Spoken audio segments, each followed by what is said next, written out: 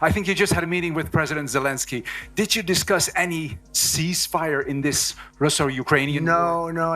I wanted to know how he's doing. He was very nice, actually. You know, we had little rough times, but sometimes he was couldn't have been nicer. I think he'd like to see an end to this. I do. I think what I took from the meeting couldn't have been nicer, actually. But I took from the meeting that he'd like to see it end. I think it's a great time to end it. I'm going to speak to Vladimir Putin and see if we can get it ended. But look, these are brave people. They're fighting these wars all over the place. You know, last week they had, I guess, I told you, close to 7,000 young soldiers, Russian and Ukrainian soldiers were killed, 7,000 in 1 week. It's crazy. It's crazy. So I'll be speaking to Putin. No, I had a good meeting with Zelenskyy, and I had a lot of good meetings. We had a lot of good meetings with a lot of people, a lot of great leaders. But he's fighting a brave battle. It's a tough battle.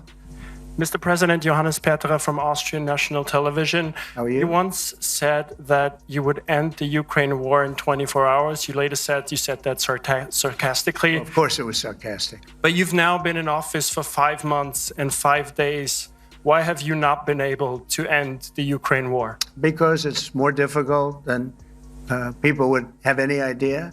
Vladimir Putin has been more difficult. Frankly, I had some problems with Zelenskyy. You may have read about him. And it's been more difficult than other wars. I mean, look, we just ended a war in 12 days that was simmering for 30 years, frankly. We ended Rwanda and the Congo. They're coming to sign the documents. We've already signed basic documents, but they're coming, I think, to the White House on Friday. We ended, Serbia was going to go at it. But maybe the most important of all, India and Pakistan. And that wasn't whether or not they may someday have nukes like we're talking about in the Middle East, like we're talking about with Israel and Iran. This is they have nuclear weapons. I ended that with a series of phone calls on trade. I said, look, if you're going to go fighting each other, it was getting very bad. You know how bad that last attack was. It was really bad. If you're going to go fighting each other, we're not doing any trade deal. No, you have to do a trade deal. I said, we're not doing any trade deal. And in fact, I had the general, who was very impressive. The general from Pakistan was in my office last week. You know, Prime Minister Modi is a great friend of mine. He's a great gentleman. He's a great man. And I got them to reason. I said, we're not doing a trade deal if you're going to fight. And if you're going to fight each other, we're not doing a trade deal. And you know what? They said, no, I want to do the trade deal. We stopped the nuclear war. Go ahead. Go ahead, Jeff. Here's another beauty, Jeff. He's a beauty, all right. Go ahead. Mr. President, to follow up on Ukraine, will the United States contribute any more money to Ukraine's defense this year, to the $5 billion that allies are giving?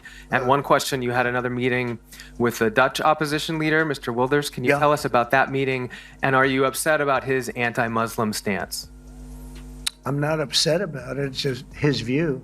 He's unhappy with the way things are going in this country and various countries. He was an opposition leader, and I was asked to meet with the opposition leader by the people that are running. I think they have some deal where if you have a meeting, you're supposed to meet with an opposition leader. I said, that's strange. We don't do that. But I met with I didn't know him.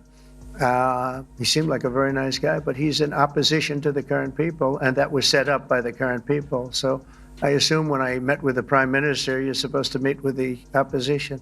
We'll have to try that sometime in our country. Let's not do it. But I thought he was very good. As far as money going, we'll see what happens. There's a lot of spirit. Look, Vladimir Putin really has to end that war. People are dying at levels that people haven't seen before for a long time.